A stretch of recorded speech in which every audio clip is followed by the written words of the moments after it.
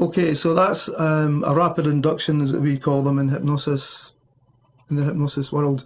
But what you'll notice is it looks like I've just walked up, touched them on the shoulder, and everybody's just crumbled into a deep unconscious state. But what you have to realise is there's a whole process behind that to get people to that point where I can actually just walk up and just touch them and allow them to just go into a deep unconscious state. We're going to explain, and I'm going to break that down, and then I'm going to compare that with some of the stuff that's been happening with the propaganda. So what would normally happen with a show would be about 6 weeks before the show started, I would have these big bright day glow posters, and I would go out, and for 6 weeks we would fly post them everywhere close to a venue, absolutely everywhere, and we would constantly go out putting these posters up, and we'd also put adverts in the paper.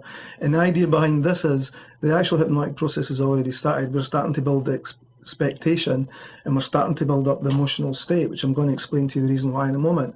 So this goes on for about 6 weeks.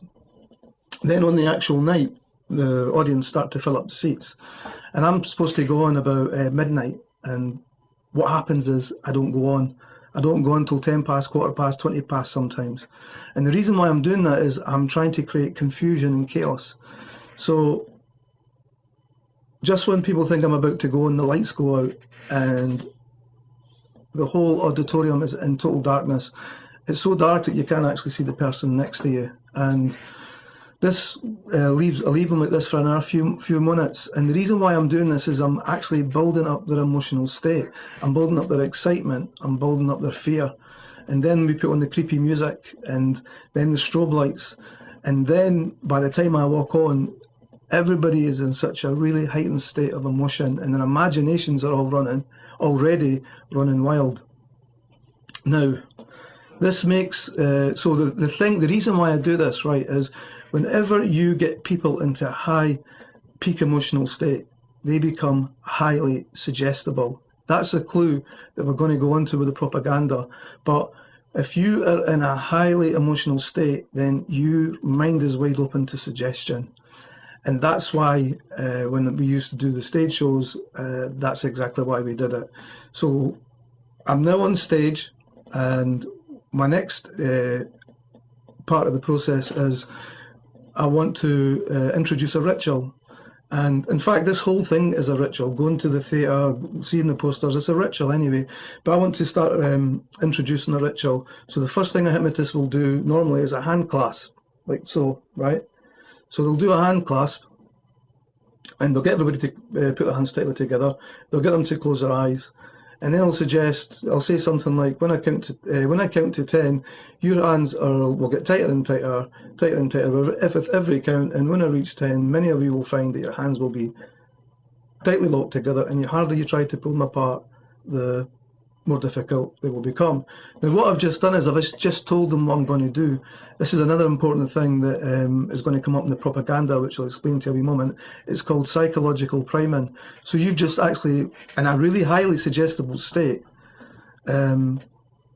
already run that through your mind. You've rehearsed that through your mind, so that's called priming. So then we actually do it. And then what you will find, if you're a stage hypnotist, there will be quite a lot of people in the audience who can't get their hands apart. And they're the ones that you want to choose for the show.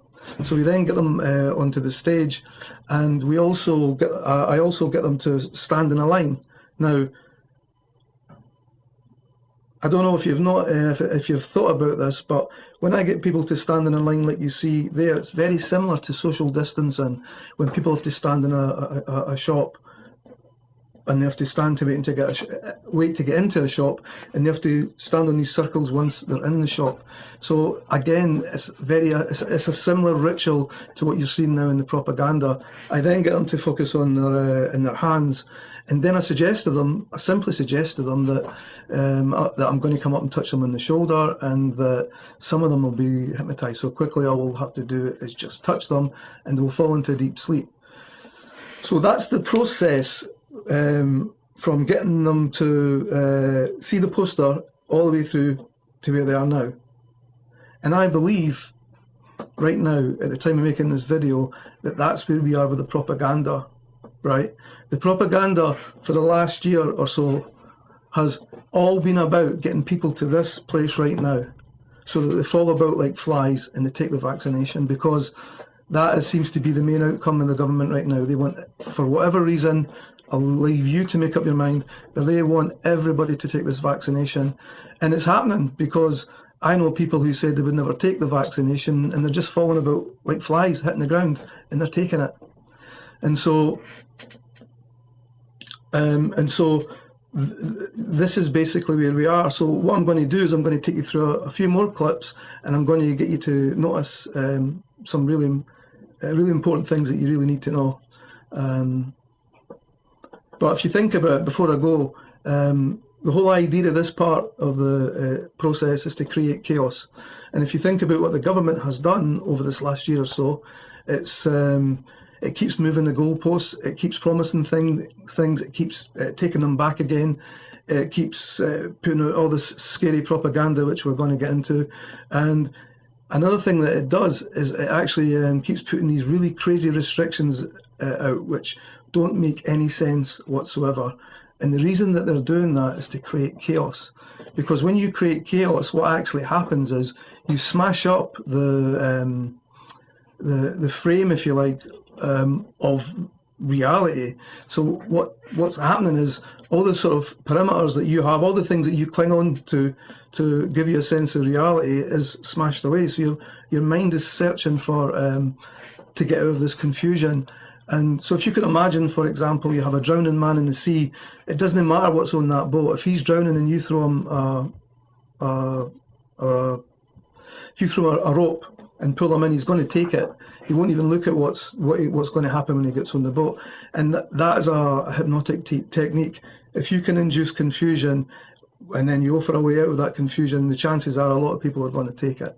So that's that. Right, this video I'm going to show you here, right, most people think that the coronavirus started last year, but in actual fact, the first person with coronavirus happened 10 years ago at a 21st birthday party, which I did for a favour. And so here's the very first coronavirus case in Scotland. And the harder you try to speak, the more frustrated you'll become, and I'll just be real bad Chinese. 1, 2, 3, right away.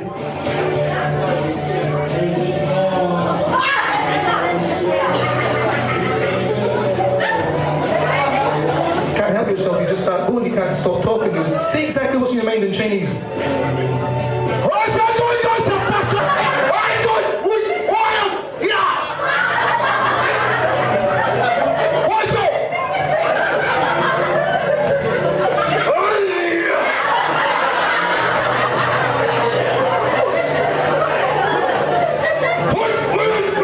Things that you need to notice in this clip is, first thing is, just by suggestion, I can make somebody really angry. I can obviously affect their ability to speak. But another really important thing is I can actually get them to physically stick to a seat. And this is really important. If you're a stage hypnotist, then you need to put safeties in place. Because if you're getting somebody, you're winding them up and then you're making them angry and you don't have some kind of constraint, then it could end up physical, it could end up with violence.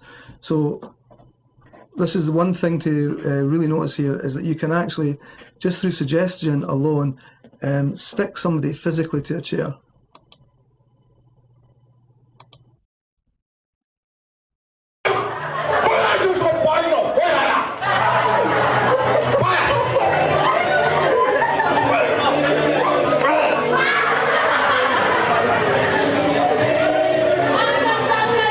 She's making it worse than she's laughing at you.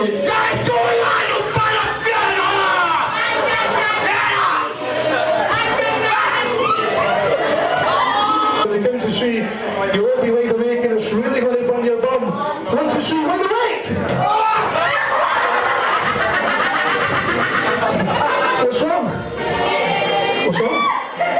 What's wrong? Okay, what? Okay. Do you know your feet are on fire? Your feet are on fire. Look on fire, look at them. That's okay, they're cool. Right, so the thing to take away from that clip, not only can you stick somebody to the chair with a suggestion, you can also make somebody extremely angry. You can elicit really strong emotional states. And again, we're going to really understand the importance of these emotional states a bit later on. The other thing is you can stick them to their bum to the chair. You can stop them physically doing anything, and you can also just through suggestion alone get people to experience pain. You can get people to experience pain, and this is how powerful suggestion can actually be. Right, we'll do it here.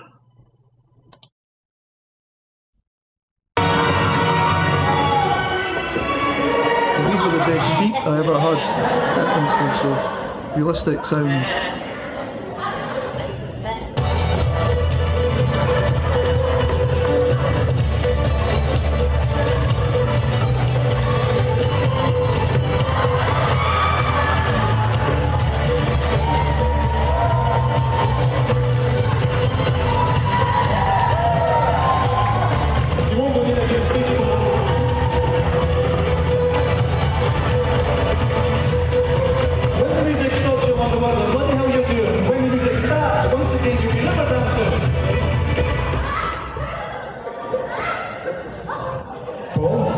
What are you doing? Just a little walk around. Just a little walk around. Music again.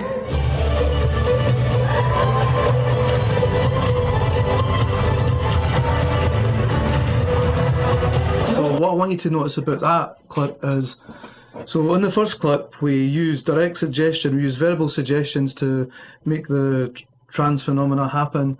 On this one, if you notice, when we did the sheep, it's not the classiest show, but these types of shows really show how far you can push people, and it's a really good way to show the power of suggestion, hypnosis, whatever you want to call it.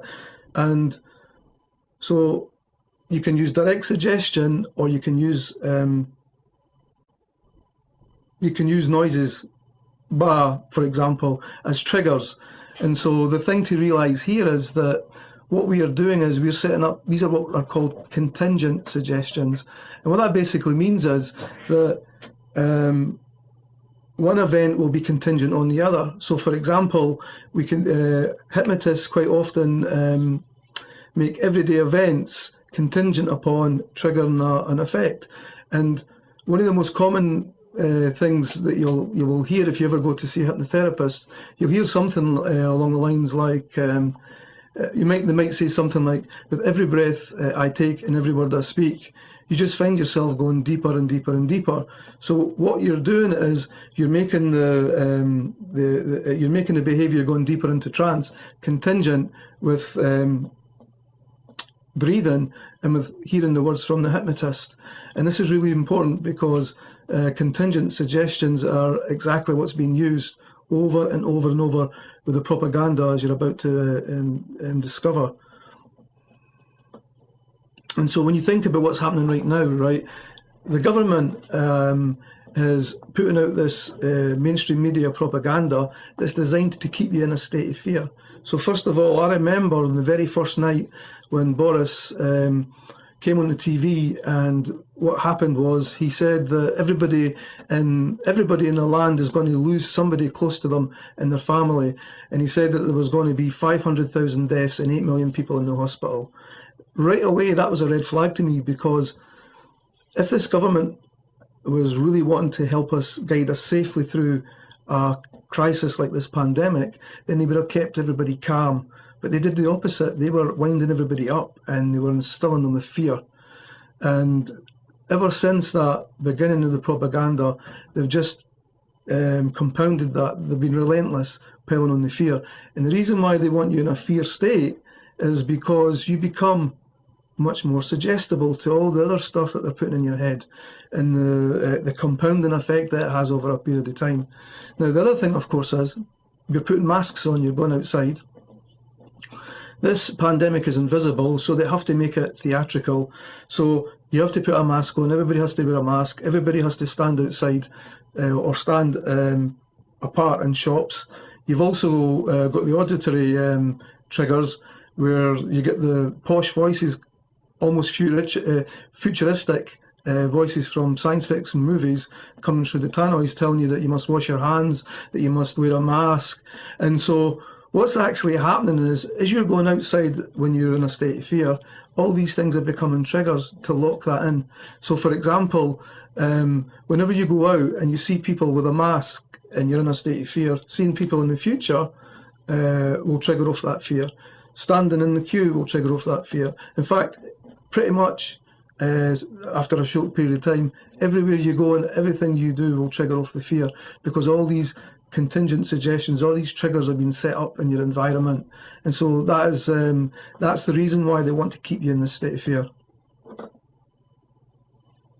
Now, what's also happened is we've also had this divide and conquer aspect, where we have one part of the population is totally bought into all this mainstream media. They've totally bought into all the propaganda and all the daily death rates that's been served up every single day on the TV. And then on the other side of the spectrum, we've got the other side of it, all these people that are walking away and shutting down mainstream media and doing their own research and looking at facts and looking at their own research, and they've got a completely different view of what's actually happening. So the people who have a different view, they think they are awake, but in actual fact, they're just as asleep as the people on the other side. I'm going to just leave that there right now, because we're going to get that into more depth a little bit later. But what I would like to say right at this moment is, if you are finding that you are either on one side or the other of the spectrum, and you are having a lot of anxiety and a lot of anger. I know, for example, a lot of people who are really worried about members of their family taking the vaccine, and it's causing huge arguments, trying to stop them. And then the other side, their family members, they're really angry by trying to get them to change to their point of view. What you have to realise is that both these sides are in a trance, because you're in a highly emotional state. You're not thinking clearly. When I used to, or when I do work with my clients and I teach them persuasion, the first thing I teach them is that there is a sender and a receiver. And what I mean by that is that when you are trying to, if I was to try and sell you something, right, the first thing I would want to do is I would want to make you feel good, because people only buy things because it feels good. That's the only reason that they buy things. And so if you've ever been in front of a salesperson, for example, and they're selling you something that you know you want, and logically it all makes sense, but it just doesn't feel right. The reason that doesn't feel right is because that salesperson has been anxious about the sale, and what he's done is he's transferred those feelings to you, you've picked them up, and you don't buy them. So what's actually happening when you have two family members or two friends going in and trying to change each other's point of views, you get angrier and angrier until all you're actually doing is you're sending anger backwards and forwards, and you aren't thinking things clearly, and it's just escalating and getting bigger and bigger and bigger. So really what you need to do is you need to come out of these anger trances, calm things down. And when you do that, what you'll actually find is the other person that you're dealing with, they'll calm down as well, and both of you will be able to think more clearly. So now we're hearing different things in shops. We're hearing voices, we're seeing things. So all these things, when you go out into the outside world now, be aware that they're deliberate, they are actual triggers to keep you locked into this high state, this high intense state of emotions, because that's where they want you to be. And now I'm going to actually move on to the propaganda, and hopefully things will start to make sense and they'll start to jump out at you.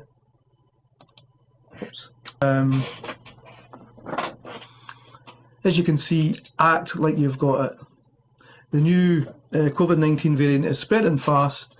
We all have to play our part to stop the spread. Now, look at that headline, act like you've got it. Now remember, you've been exposed to weeks, if not months, of this propaganda, this fear-inducing propaganda. So you're in a high emotional state, just like the people that are on stage. Also, I want you to notice that the colour of the posters, red and yellow, they're all designed to keep you in a high state of alert. So act like you've got it. It's just like me saying, act like a sheep.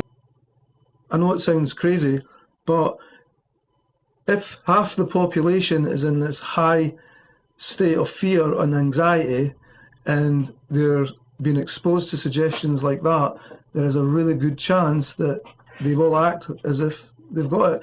The other thing as well is when you're in a high emotional state, your emotions become lenses, and you look through these lenses and you see the world through these lenses. So if they've got you into a high state of fear, you're looking at the world differently. You're seeing all these things that they're suggesting. You're actually seeing them. You're actually seeing the world as a deadly, dangerous place. And if you get told to act like you've got it while you're in that state, then there's a really good chance that you're going to do it. Also, look at up here in the corner. You'll see we've got the NHS logo. The NHS logo is a highly emotive charged symbol. We've spent most of our lives being brought up to respect and revere the NHS, but also the politicians have also installed fear of losing the NHS. So at the bottom it's got stay home, protect the NHS, save lives. Right, these are really powerful suggestions, and you're going to see that these are the suggestions that are delivered to us through the propaganda over and over and over again. So look at this bit here, stay home. Now, if you think about the guy on the chair who was speaking Chinese, he couldn't get out of the chair because I told him he couldn't get out of the chair. I told him he was stuck to the chair. Stay home, stay home, stay home.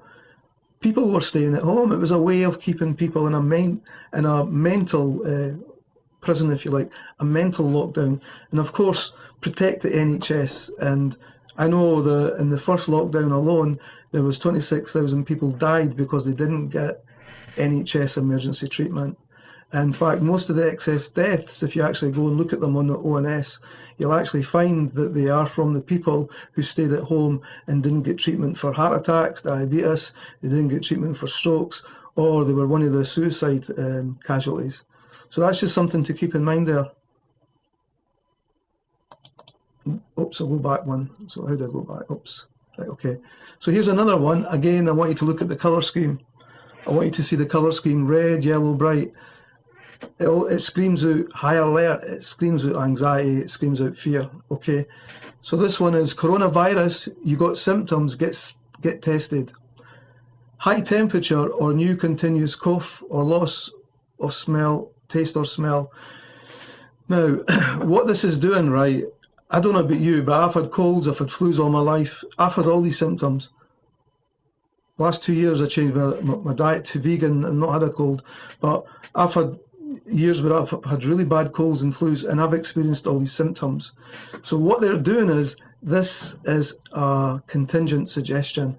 And what I mean by that is they're taking everyday events and they're making that contingent with getting tested, with being in this high alert emotional state of fear, where whenever you experience a cough or you see somebody in the family with a cough, it's triggering off this state of fear where at any time you could die, or at any time you could make your granny die or whatever. And this is what's behind it. And at the bottom, this was an experiment. This went on for a little while, but they went back to the old strapline. Stay alert, control lives.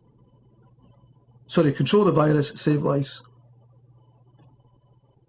And again, we have the NHS logo at the top there. So here's another one, stay home, save lives. Again, look at the colour scheme, it's the same colours, all designed to elicit, to drag out of you an emotional state of high alert, right? So stay home, again, remember the guy stuck to the chair. Stay home, the guy stuck to the chair, people are stuck at home. Protect the NHS, save lives. And there's another one with an old person. This has affected me personally because my mother's been in care through this whole time and she's really suffered like many other people. So it's stay home. This is a bank holiday weekend. So it sounds like to me they're just trying to make you absolutely miserable and put your friends and family, don't put your friends and family in danger.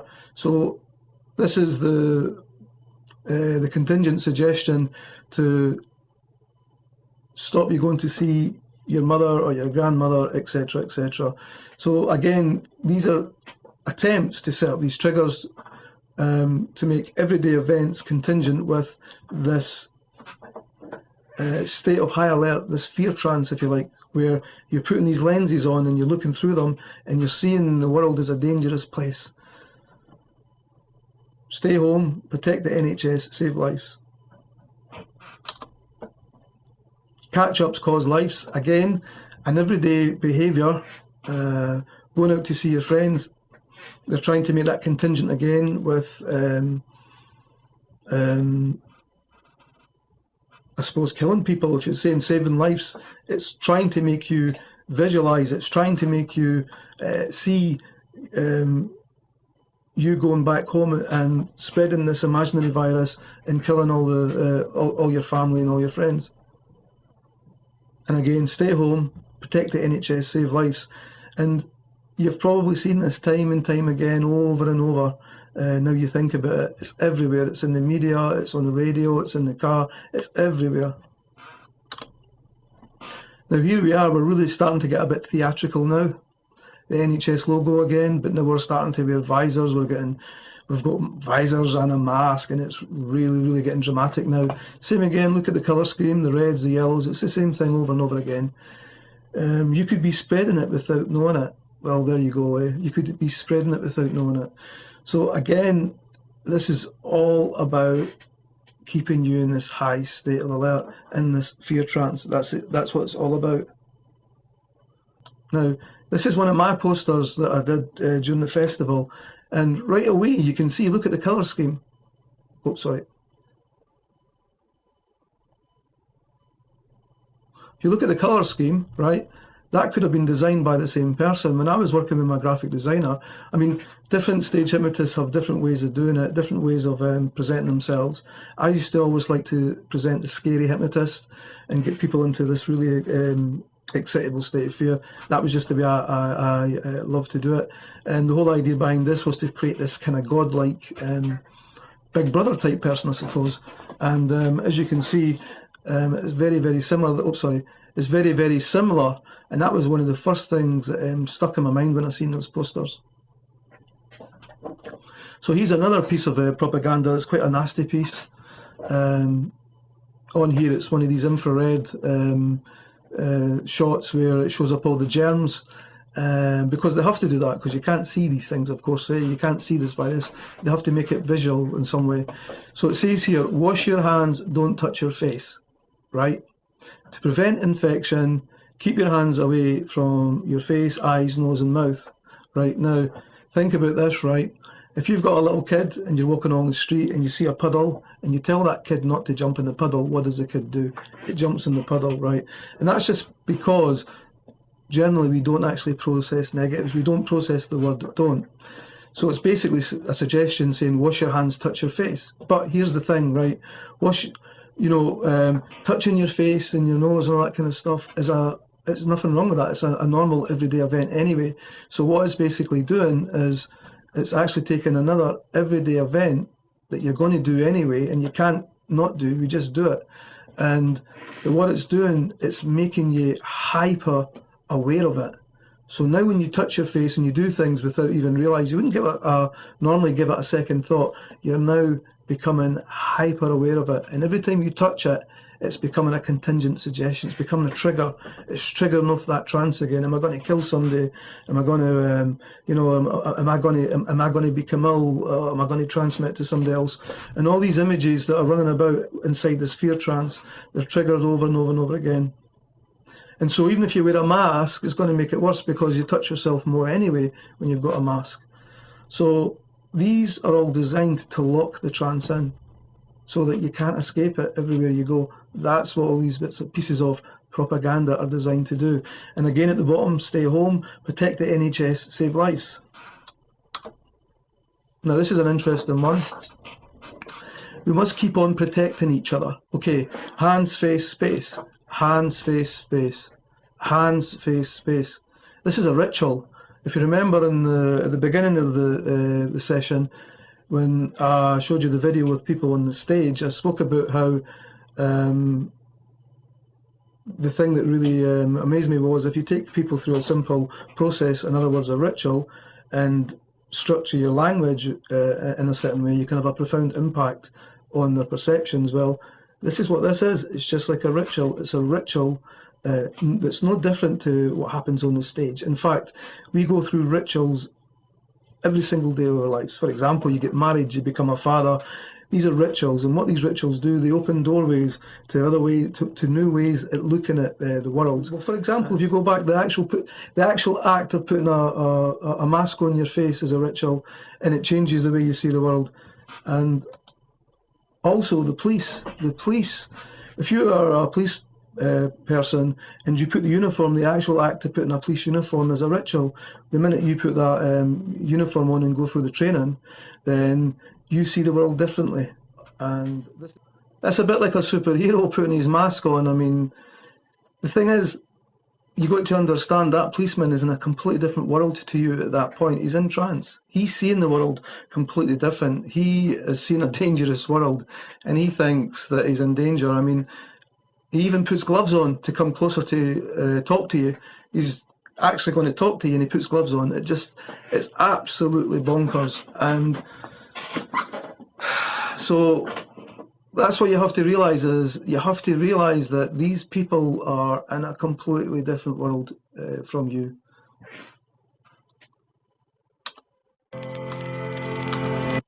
Right. And this was one of the things that jumped out at me earlier on as well, and it kind of leads on from the mask thing. And that is where did the virus come from? Batter lab. And this hit me like a ton of bricks when I first started going around the media. When I heard it with my friends, was that everybody was talking about, where does it come from? Is it a bat or a lab, right? Now, these are what I call, well, I don't call them, they're cultural archetypes. They're basically stories that go across all cultures, and we understand. So we've already got we've already got them in our neurology, and they're memes, which means they're mind viruses. They can spread really quickly, and once they spread, they capture people's imagination. And this is the key: once they capture people's imagination, you can't get them out of your system, right? And so people would think about this: where did this virus come from? Now, I also noticed straight away that there was two origin stories. Right, and the reason I believe that they gave us two origin stories was because they gave us the illusion of choice. Right, was it bat or a lab? Now, whenever I talk to people about propaganda, or whenever I talk to people about some of the stats and the research that's out there, people quite often they'll jump back to jump back to the bat or lab argument. But basically, what this is doing is, if you get involved in an argument like this, there is an inherent presupposition that this virus exists, so you won't go there and you won't question it. And this is a really powerful way of priming us, because this came out round about the same time they were showing us images on the TV of all these people in China just dropping out dead. So they were priming us, psychologically priming us before the virus even supposedly came over to this country. So that's just something to bear in mind. And like I said, it's something that really jumped out to me and stuck out like a sore thumb. The other thing I would also say, that the tier system is the same. The tier system doesn't exist. It's an imaginary thing, right? It doesn't exist. It's a construct. It's also a very good meme. It's a mind virus. It's easy. People take it on board really quickly. And what I noticed about the Scottish government was that they gave us these tiers with these different stats, right? So we would be in tier 3, dependent upon the number of cases that would be reported every night. But if we went below a certain threshold in the cases, we would then move into tier 2. And what happened was, quite often, well, it wasn't quite often, it did happen. We should have been in their tier 2 because the cases came down, but it didn't do it. So what did that do? It got people arguing with each other about the tier system. So whenever I was talking to people who were quite smart and quite alert, they would be waking up to the fact that things aren't what they seem. But then all of a sudden they'd start to argue, but we should really be in tier 2, we shouldn't be in tier 3. And I don't know if this was done intentionally or what, but it wouldn't surprise me, because by getting people to argue about the tier systems, it was getting you to accept the tier systems. And if you accepted the tier systems, you were accepting the virus. So we're doing it. I'm not saying there isn't a virus, but what I'm saying is it's not what it seems. So it was a mechanism to get you to not question it and to embed the suggestions and the propaganda into your neurology even deeper. And there's another one where they were doing a contingent suggestion, and they were trying to link all this fear and this trance to an everyday activity running. Someone jogging, walking their dog, or working out in the park is highly likely to have COVID-19. This is a national health emergency. Around 1 in 3 people have no symptoms and are spreading it without knowing. So exercise locally. If you're on your own, you can meet one other person. But keep your distance. Exercise, don't socialize. And wash your hands the moment you get home. Stop the spread. Stick to the rules. If you bend the rules, people will die. Stay home. Protect the NHS. Right, so as you can see, probably the healthiest people you can be are people who are out jogging in the fresh air, and yet they're even trying to set that up as a trigger. So I'm hoping you're starting to see the patterns here. Right, and we'll just... COVID-19, especially the new variant, is spreading quickly across the country. Just a quick one here. This puts many people at risk of serious disease and is placing a lot of pressure on our NHS. Once more, we must all stay home. If it is essential to go out, remember, wash your hands, cover your face indoors, and keep your distance from others. Vaccines give clear hope for the future, but for now, we must all stay home, protect the NHS, save lives. Right, so I hope now you're starting to see these things scream out at you. It's starting to become really obvious. The next one I want to show you is a belter, as we say in Scotland, a belter. And what I mean by that is it's the closest you can get to hypnosis without actually being on stage, being a hypnosis. It's ridiculous.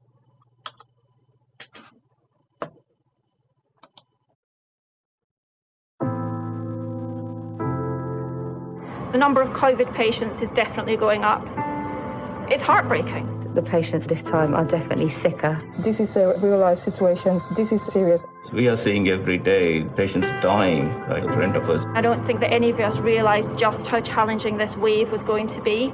When you have to tell somebody that you think this is the start of their lungs failing and that they're not going to get better, that is really, really heartbreaking. We're doing everything to try and save them. The worst time was 4 deaths in 2 hours. It's atrocious, the worst any of us have ever seen. 12 days I've been here. My breath is still not coming back. It's very dangerous disease. The staff here have been really quite amazing. They work long, long hours, but they just keep going. I don't know where they find their energy from. 24/7 care has just been out of this world, and we owe our NHS more than we can ever imagine. If we don't do what we need to do, it's going to be here for a long time. For those people who think this is not a serious illness, They need to take a good look. This is as scary as it gets. My mum was one of the disbelievers, and she's on the next floor up from here. It's really terrible. I'm 38. I miss my family. I really do understand that people are frustrated, and we've just got to keep going a little bit longer and follow the rules. It's just really hurting people this time. It's very hard for everybody. I saw so many people die here. It's heartbroken. It's very emotional for me. Please do as we're asked. Wash your hands, wear your masks, keep a safe distance apart, and please, please do not go out unless you have to. If we don't do these things, people will continue to die. stay at home, please stay at home. And hopefully we'll get through this together.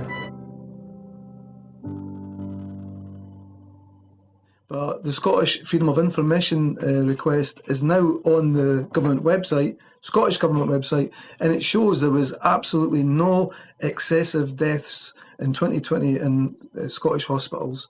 In fact, it was 10 years, over a 10-year period, there was only 1 year that had less deaths than 2020 in the hospitals. It was practically, it was the, if you like, it was only 1 year that beat it. So I'm going to put that down there if you want to have a look at it. And I believe it was the same right across the UK, and I've got no reason to believe it's probably the same around the world, but this is in the UK and it's easy to check up. The excessive deaths, the people that died, were, the majority of the deaths that died were people who stayed at home and they didn't get emergency treatment for heart attacks, for strokes, for diabetes, they didn't get a treatment for depression and ended up committing suicide. That's when most of the excessive deaths came. But even if you go and have a look in the ONS, you'll actually find is that death rates have been higher than the previous 5 years. But if you go back 20 years, what you'll find on the Office of National Statistics, the 2020 was the 9th worst year in the last 20 years, which makes it average.